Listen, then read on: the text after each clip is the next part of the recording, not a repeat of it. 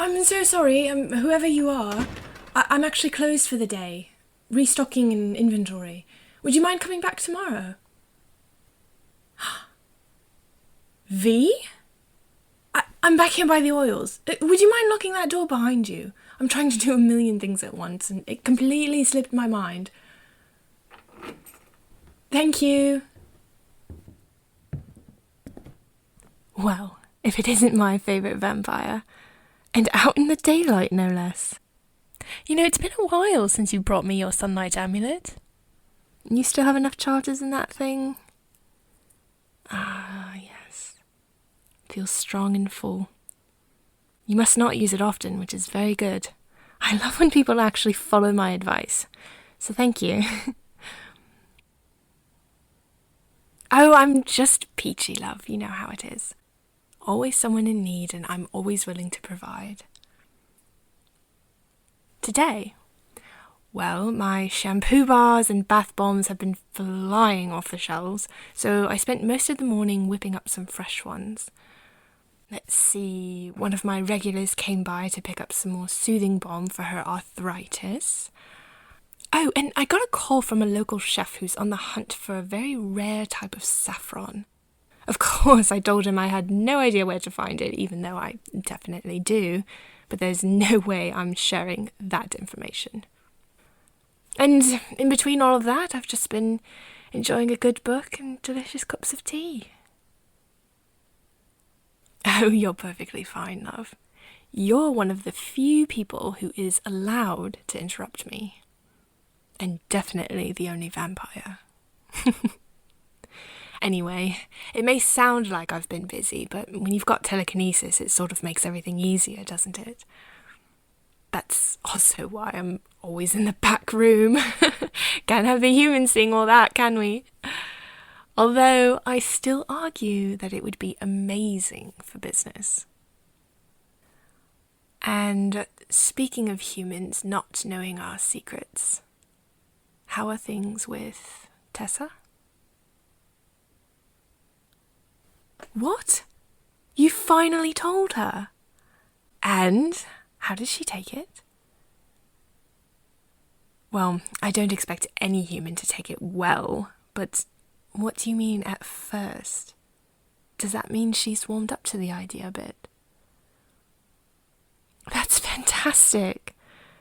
If she's being curious and asking questions, she's definitely taking it very well. But I know you. You're very private, very secretive. You don't trust easily, and when you do, it still takes a long time for someone to get closer than an arm's length to you. But she's in a very vulnerable position. If you aren't fully honest with her and something happens, she could get really hurt. Not just physically, but emotionally as well. V? Something's already happened, hasn't it? Oh, that poor girl. Does she recover okay?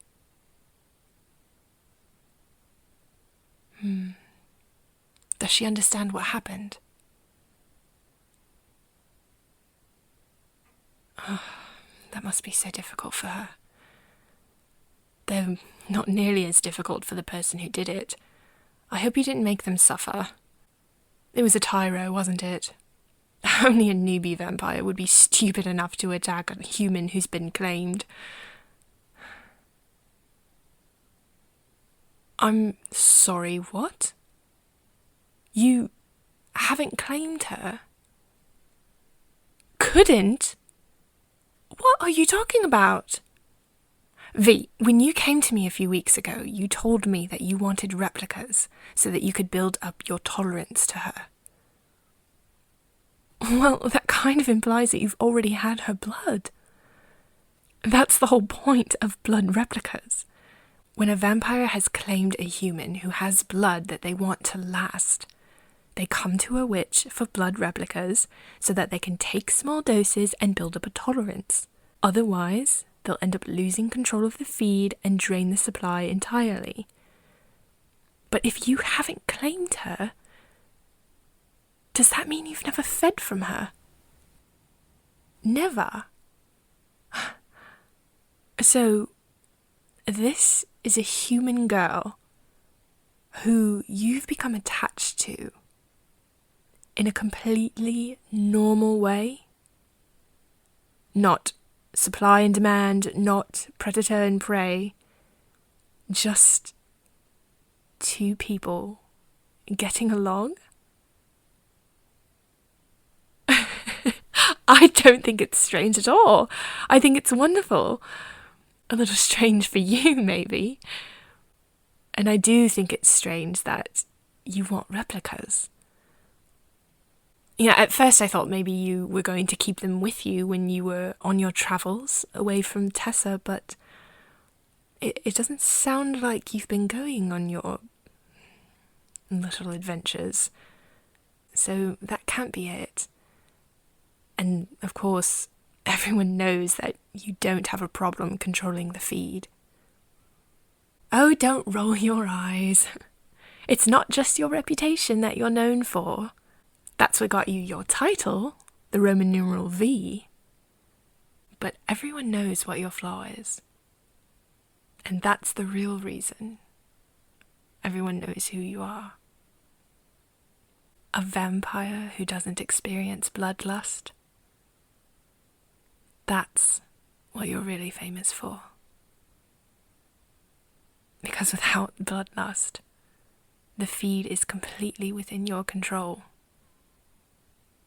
You've never had to worry about killing anyone. Well, not on accident. Even from day one.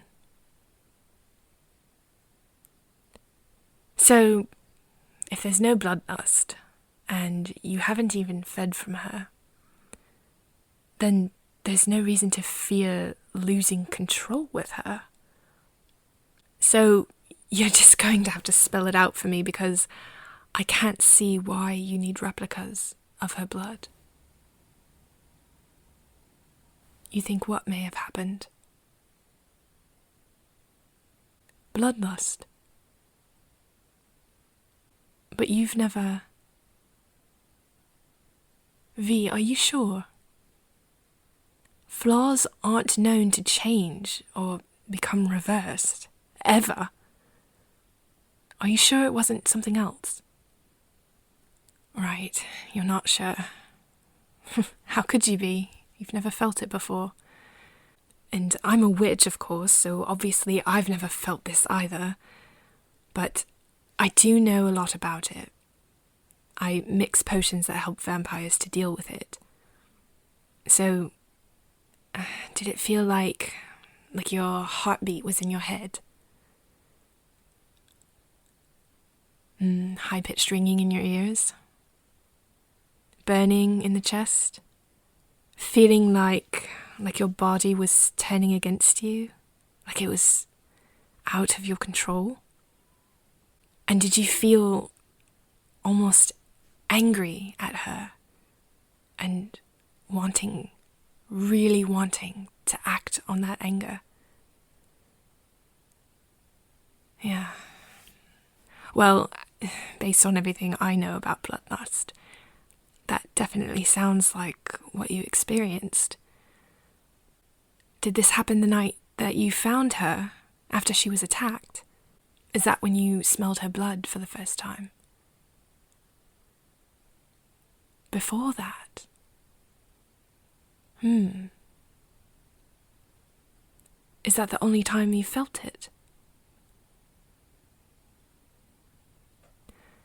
So her blood overwhelmed you when she cut her leg, but when she had an open neck wound, there was nothing.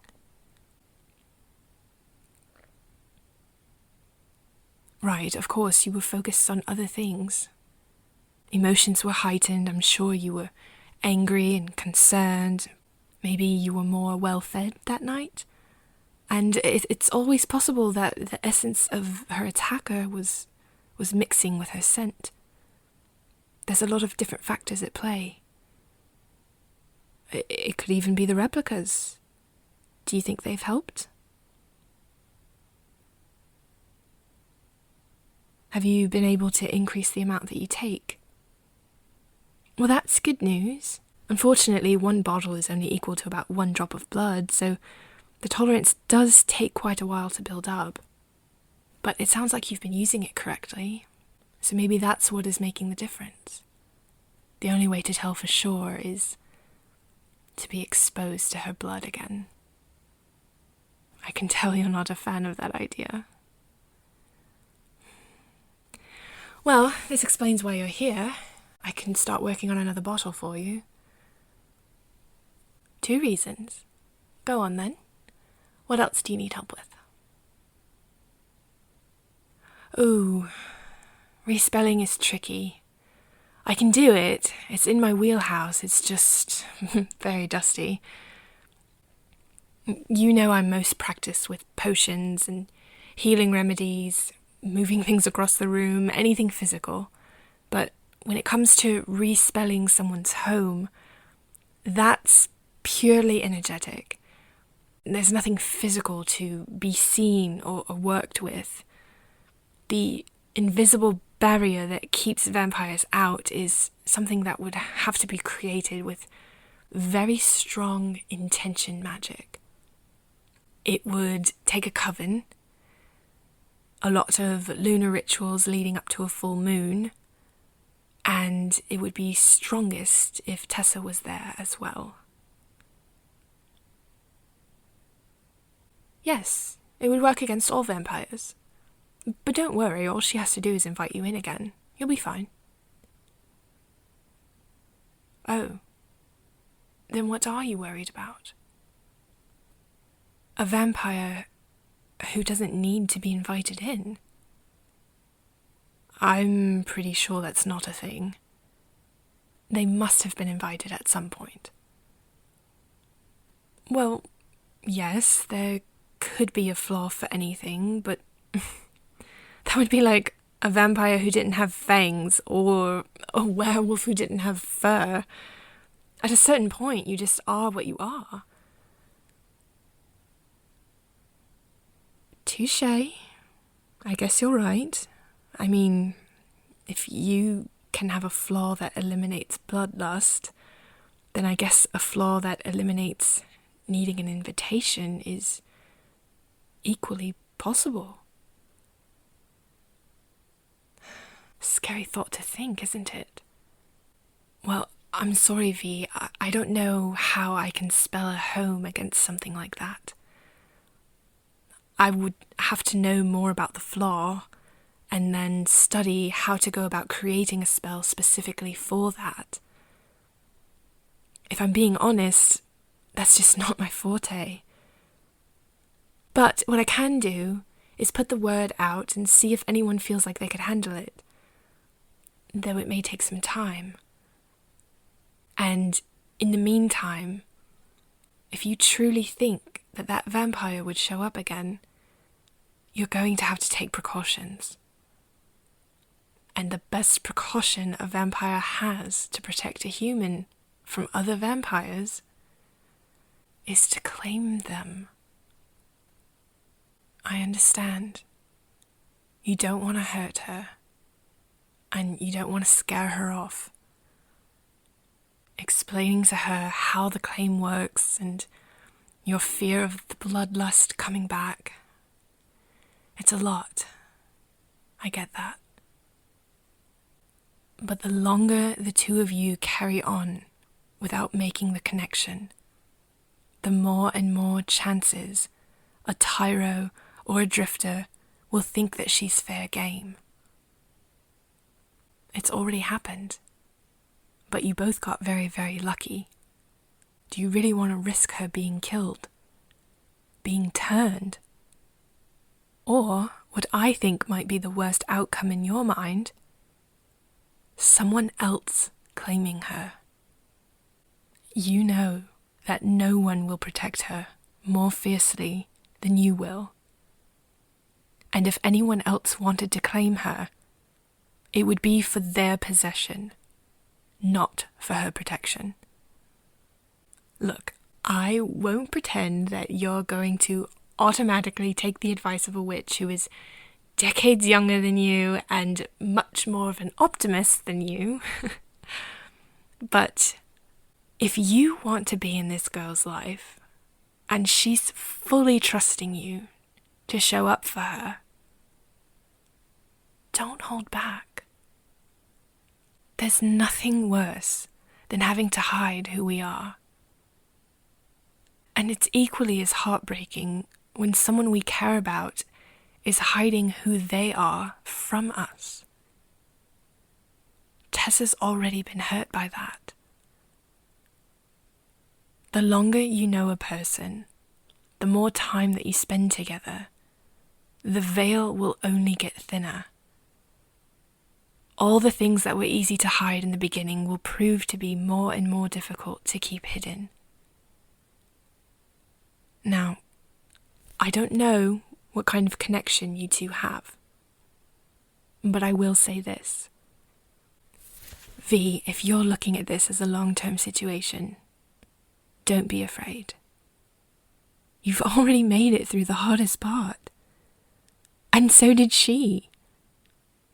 Learning that our world is existing right under her nose, that's the biggest hurdle.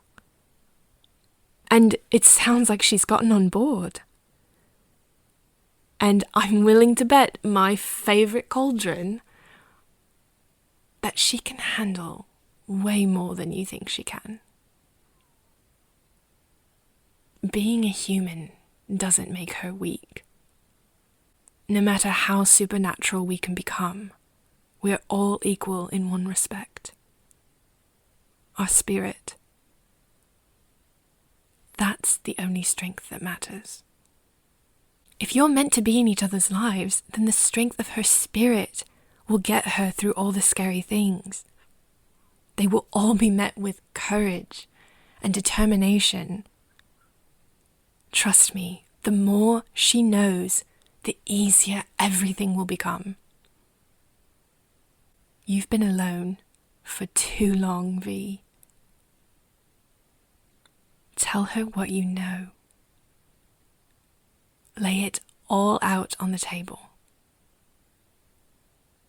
And then let her help you carry it.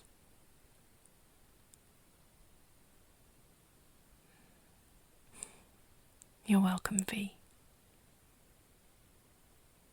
Now go on, the sun is setting and I know that you need to get to her. Be safe out there.